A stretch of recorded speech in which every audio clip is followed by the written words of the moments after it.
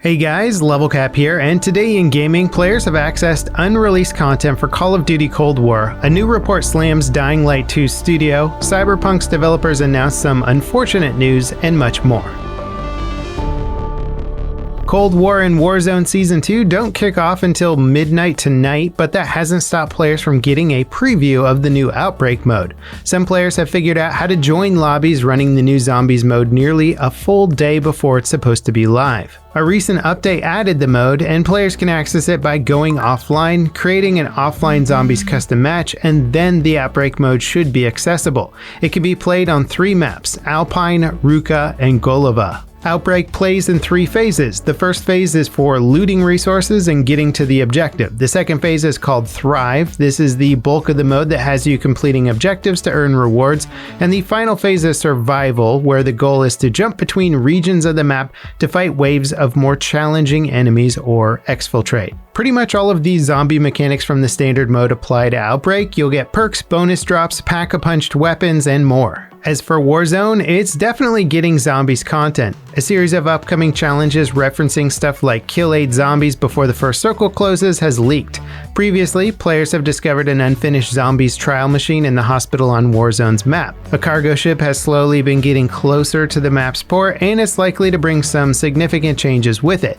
The blog post for the update says to expect new points of interest, and these zombies leaks at least confirm some new challenges are being added. But there's no info beyond that. There's also nothing confirming that the Ural Mountains area from Cold War was being added. Rumors suggest that that's happening next month. Dying Light 2 might be taking so long to release because of internal problems at the game's studio Techland. A damning report of the studio says it's total chaos. 10 former and current employees spoke about the studio anonymously in an article published by gaming news site The Gamer. They outlined a culture of bad management, lack of direction, and an unwillingness to adopt better practices. The report slams the company's CEO for ruling the company with an iron fist and demanding developers to use in-house software, which takes more time and resources to manage. And that's despite hiring senior devs from other companies specifically to rework their development process. Probably the biggest issue is senior developers overriding the decisions and work being done by their teams.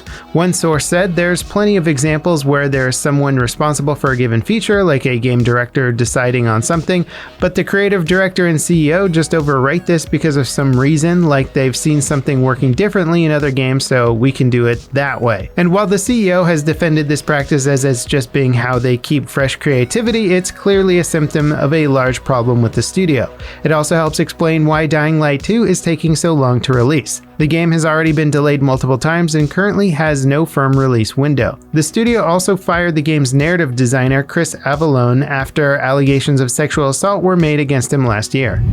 Yesterday, Sony announced their first-party PlayStation exclusives are coming to PC. The first game on its way, Days Gone, now has a Steam page that reveals some key details. The game will feature unlocked FPS, ultra-wide support, but requires an SSD. Graphical options will include an FOV slider. The graphics in general are also upgraded from the console version and feature an increased level of detail and foliage draw distances. Considering the entire game is set in the woods, this actually sounds pretty good. Days Gone launches on PC in the spring, and several more games are likely to follow this year.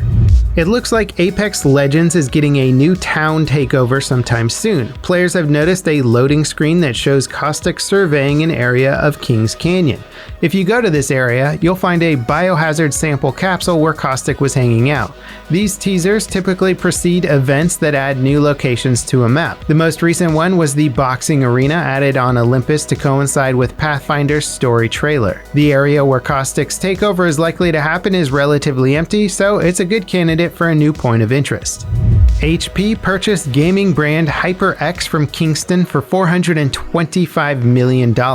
Their headsets, particularly their cloud line, are some of the best on the market in terms of construction, sound quality, and comfort. HyperX has always stuck to a more straightforward and no-fluff line of products. HP's gaming brand, Omen, is positioned in a similar way, so the acquisition seems like a good fit, but it's unclear if HyperX will be merged with Omen or serve as an additional brand under the HP umbrella.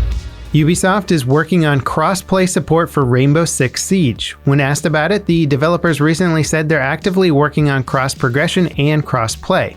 However, they're keeping the advantages of PC versus console in mind. Xbox to PlayStation crossplay is their goal, but mixing in PC players with console folks is still up in the air. They acknowledge PC players would have an advantage due to the precision gunplay mechanics of Siege, and that's likely the most significant consideration for crossplay now that consoles offer a 120 FPS high-resolution experience for Siege. As for when crossplay is happening, well, don't expect it tomorrow or anything like that. There's no firm release window yet. Riot have created a program to improve diversity and inclusion in their esports events. The VCT Game Changers initiative will offer top-tier tournaments across North America featuring female players and other minority gender players in Valorant's professional scene. These tournaments will roll out in 2 phases. The first kicks off next month. It'll be followed by a series of monthly semi-pro and pro-am tournaments. The events are focused on Valorant for now. Valorant is one of the more inclusive esports titles out there and has an all-female pro team.